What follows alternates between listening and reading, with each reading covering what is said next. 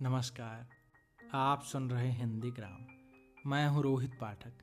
आप सबके समक्ष विष्णु प्रभाकर जी की एक कहानी प्रस्तुत कर रहा हूं, जिसका शीर्षक है रहमान का बेटा।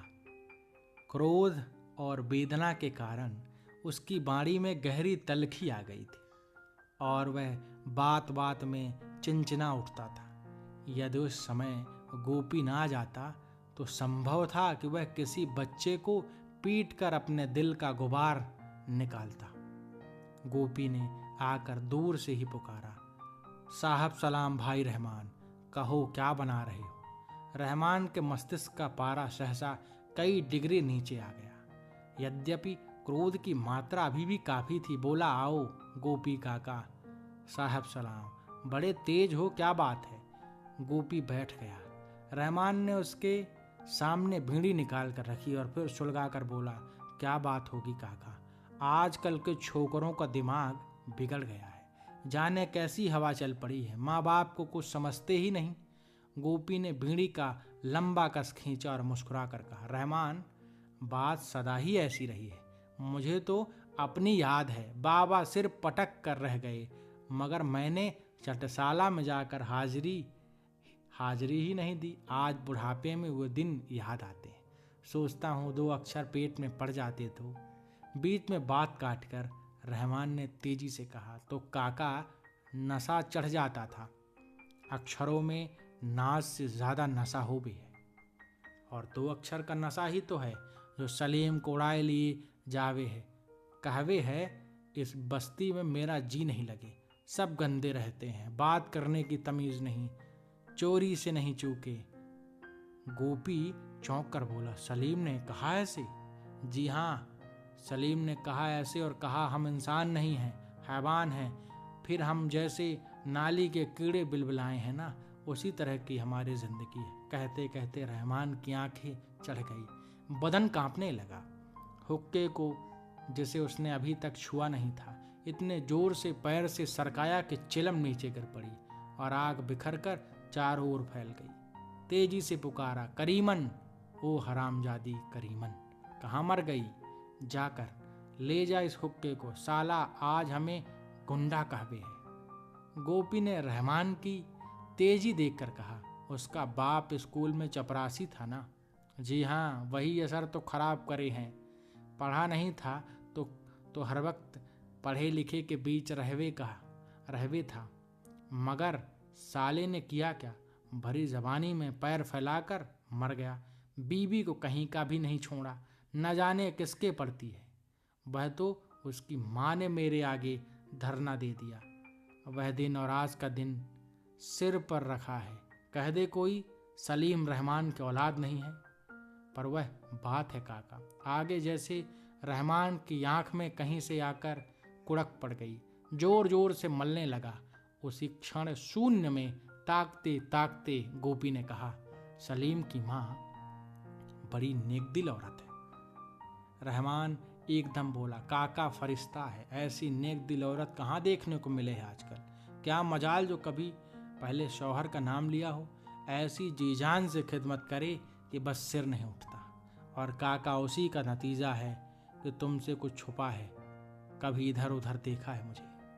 गोपी ने तत्परता से कहा, कभी नहीं रहमान, मुंह देखने की नहीं, ईमान की बात है। 5 पंचों में कहने को तैयार हूँ। और रही चोरी की बात, किसी के डर डाका मारने कौन जावे। यूं खेत में से घास पात तुम भी लावो ही काका।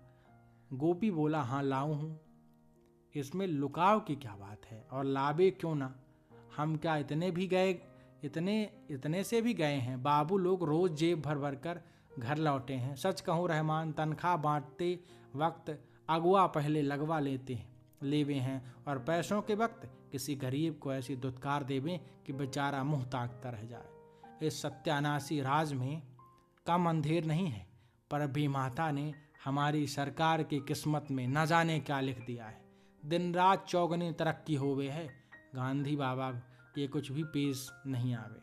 रहमान ने सारी बातें बिना सुने तेजी से कहा, बाबू क्यों, वे जो अफसर होते हैं साहब बहादुर, वे क्या कम हैं? किसी चीज़ पर पैसा नहीं डालते। और काका, यह कल का छोकरा सलीम हमें गुंडा बतावे है।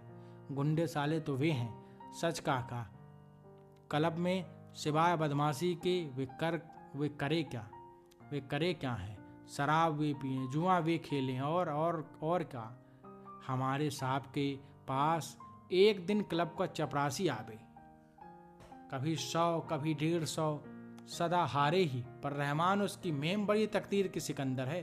जब जावे तब 100 सवा 100 खींच लावे। मेम साहब, काका तुम का जानो, उसकी बात और है। जितने ये साहब बहादुर हैं, और साहब क्यों, बड़े बड़े वकील, बलिस्टर, लाला सभी आजकल क्लब जावे हैं।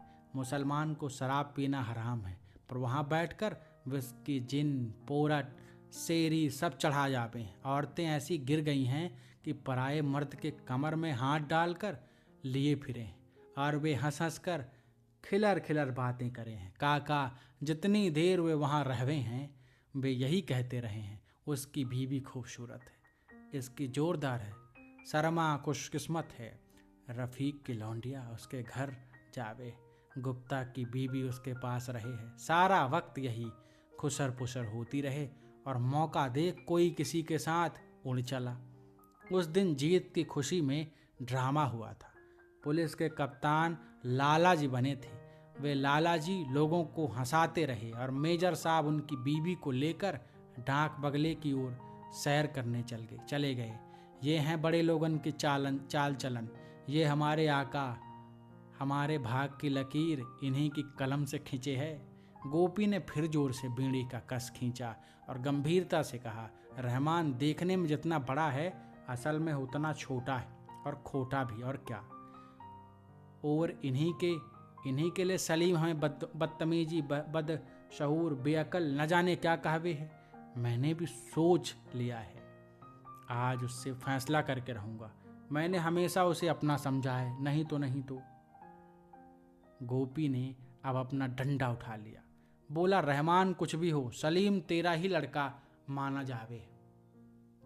जवान है, अबे तबे से ना बोलना समझना।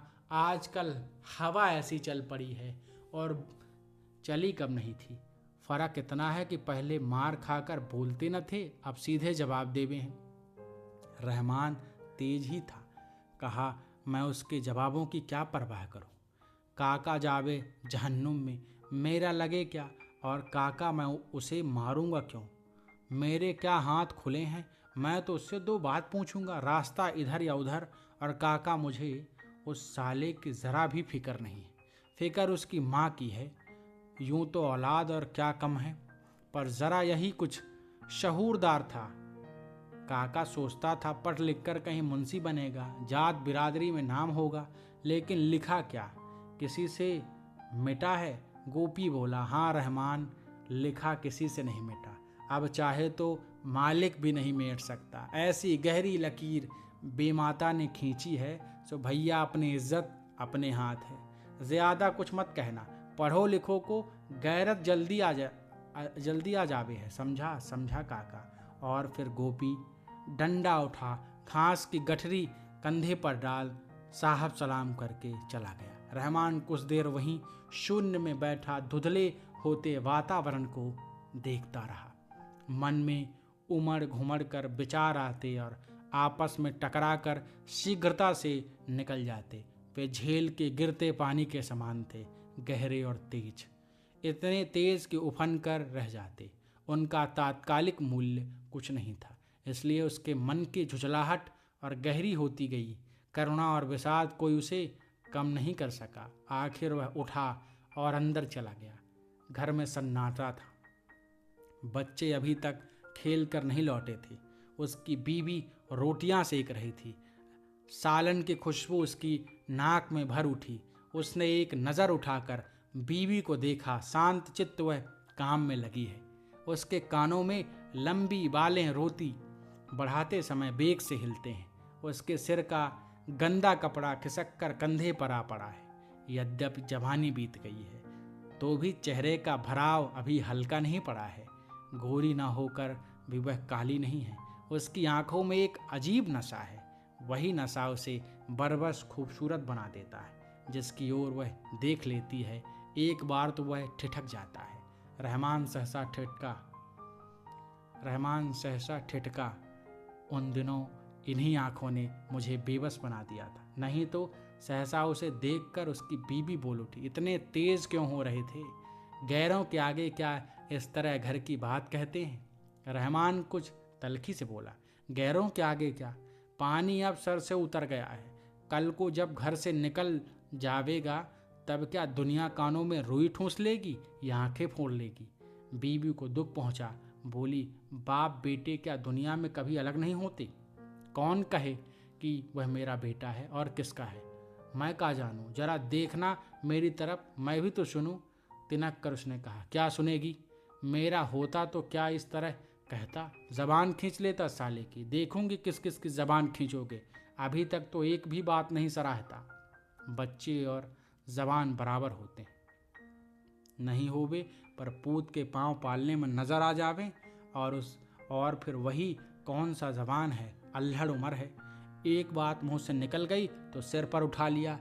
तुम्हारा नहीं तभी तो अपना तो क्या इस तरह ढोल पीटते? अपनों के हजार ऐब नजर नहीं आवे हैं, दूसरों का एक जरी सा पहाड़ बन जावे है। रहमान कुछ भी हो, इतना मूर्ख नहीं था। उसने समझ लिया कि उसने बीबी के दिल को दुखाया है, पर वह क्या करे? सलीम से उसे क्या कम मोहब्बत है? पेट काट कर उसे रहमान ने ही तो स्कूल भेजा है। उसके लिए अब भी कभी बड़े बाबू, कभी डिप्टी, कभी बड़े साहब के आगे गिड़गिड़ाता रहता है। इतनी गहरी मोहब्बत है, तभी तो इतना दुख है। कोई गैर होता तभी उसके चारों बच्चे बाहर से शोर मचाते हुए आ पहुंचे। वे धूल मिट्टी से लिथड़े पड़े थे, परंतु गंदे और अर्धनग्न होने पर भी प्रसन्न थे।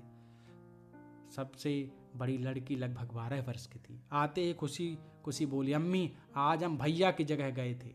रहमान को कुछ अचरज हुआ, पर वह जला भुना बैठा था। कड़क कर बोला, कहाँ गई थी चुड़ैल? लड़की सहम गई, घबरा कर बोली, भैया की जगह। कौन सी जगह? जहाँ भैया जाते हैं, दूर। छोटा लड़का जो 10 वर्ष का था अब एकदम बोला, अब्बा वहाँ बहुत सारे आदमी थे। तीसरा भी 8 वर्ष का लड़का आगे बढ़ाया और कहा, वहाँ लेक्चर हुए थे। रहमान अचकचाया, लेक्चर? लड़की ने कहा, हाँ अब्बा लेक्चर हुए थे, भैया भी बोले थे, लोगों ने बड़ी तालियां पीटी। अम्मा का मुंह सहसा खिल उठा। गर्व से एक बार उसने रहमान को देखा, फिर बोली, क्या कहा उसने? लड़की को जो मुरझा चली थी अब दुगने उत्साह से कहने लगी, अम्मी भैया ने बहुत सी बातें कही थी। हम गंदे रहते हैं, हम अनपढ़ हैं, हम चोरी करते हैं, हमें बोलना नहीं आता, हमें खाने को नहीं मिलता। रहमान चिहुक कर बोला, देखा तुमने? बीबी ने तिनक कर कहा, सुनो तो हाँ। और क्या लाली? लड़का बोला, मैं बताऊं अम्मी, भैया ने कहा था इसमें हमारा ही कसूर है। हाँ, लड़की बोली, उन्होंने कहा था बड़े लोग हमें जानबूझकर नीचे गिराते जावे हैं और हम बोले ही नहीं। और फिर अब्बा की तरफ मुड़कर बोली, क्यों अब्बा, वे लोग कौन हैं?